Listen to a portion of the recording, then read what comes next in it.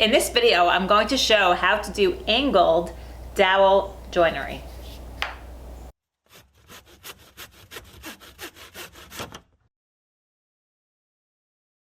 First of all, huge thank you to Squarespace for sponsoring this video. I personally use them for my own website and I think it's an excellent platform, so easy to use. So go check it out, squarespace.com/Tamar, and you can get 10% off your first purchase.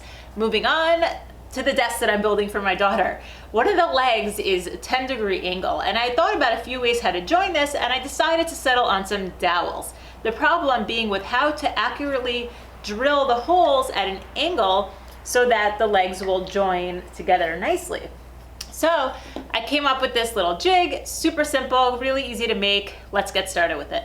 There are a few ways to make the drilling guide block for the jig. This first way, you take a small cutoff that has the same angle as your workpieces. In this case, that's 10 degrees. You want to mark your holes so they'll be drilled perfectly in the center of the block, and if you're making 2 holes, they should be equidistant from the edge of your material. It can be challenging to clamp small pieces at the drill press. I find the best way is to use a hand screw clamp and then clamp that clamp down to the drill press table.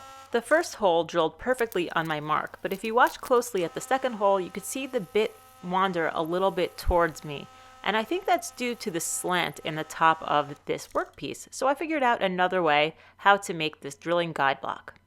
I took another scrap cutoff from my project because it's important that it's the same dimensions as the pieces that you want to join together.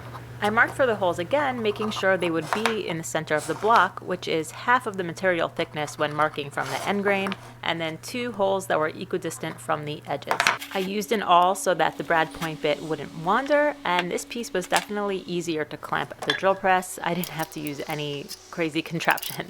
Then I drilled straight through the block on my marks, and you can see that the bit does not wander and the holes were drilled in the locations where I actually wanted them. Now I just needed to figure out how to cut the angle on this piece.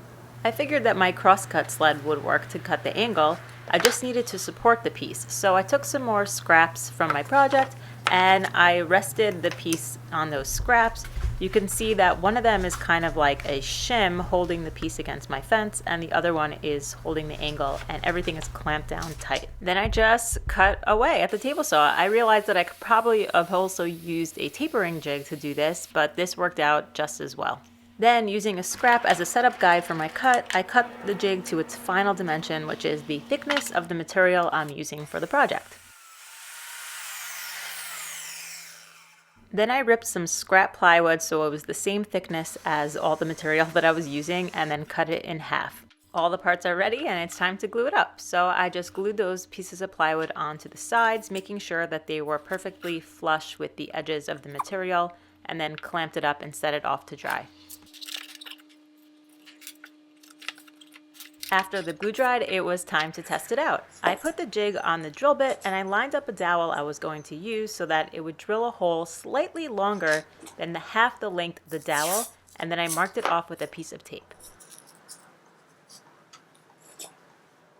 Now I'm ready to drill the holes for the joinery. There I'm going to do one on the edge grain and one on the end grain. This end grain has an angle cut on it, so I put the jig so that the 2 angles are meeting and the jig and my workpiece make a straight line when joined together.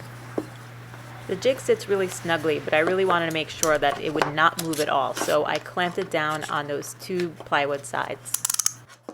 And then I just drilled away into the guide block. So I always find it hard to drill into end grain on small pieces like this, but you just make it work.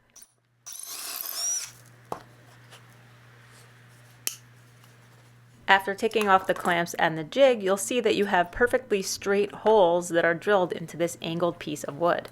Next, I need to drill the corresponding holes on the other piece of wood.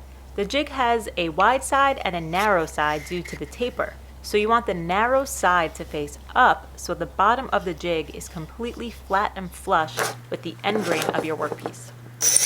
After clamping the jig, again, you just drill away using the tape as a guide for how deep you want to drill the holes. And once again, drilling into the edge was easier than drilling into the end grain.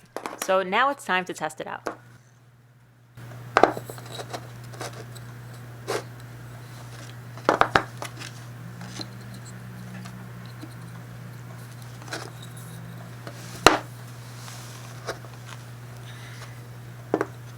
So I'd say that's pretty good, and I'm really happy with the results. And this is just a test piece, so I didn't put any glue on it. But if you want to glue this piece up, this is how you would do it. You take another small cutoff with the angle, and that way you have two parallel edges to use a clamp against, and that creates a perfectly tight joint.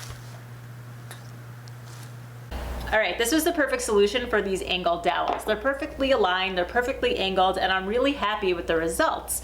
While this was really easy and simple to make, I think it's really only like a one-time use jig, and I'm thinking about ways that I can make this adjustable. So I'll get to thinking about that after I go finish this desk build. And thank you guys again so much for watching. Thanks again to Squarespace for sponsoring this video. I have been using Squarespace from the start, and that's where all my projects live. You can set up a portfolio of your work like I have, or you can easily set up a shop to sell your items. I'm still working on that part of my site. Squarespace makes it so easy with their wide variety of amazing templates, and editing your site couldn't be easier. I have zero experience with building a website, so their content block system is perfect for me. After easily adding content blocks, editing your work is also super simple. Just click, drag, and drop. That's it. Since Squarespace is based on templates, you might be concerned that your site's going to look just like everyone else's, but that's totally not the case since you can customize the design to any style you prefer.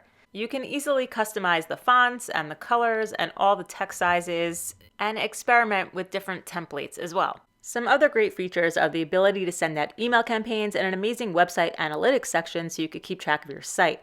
I also love that you can view how your site's going to look on multiple devices like a phone. Speaking of phone, one of their best features is the new Squarespace app, where you can edit your site and even create new content while you're on the go. So being able to manage my site from my phone is totally a game changer. So head on over to squarespace.com for a free trial, or when you're ready, squarespace.com/Tamar, not Tamara, not Tammy, not Tamar, Tamar, my name, for 10% off your first purchase. Thank you guys again. I'll see you on the next project. It's so cold out here.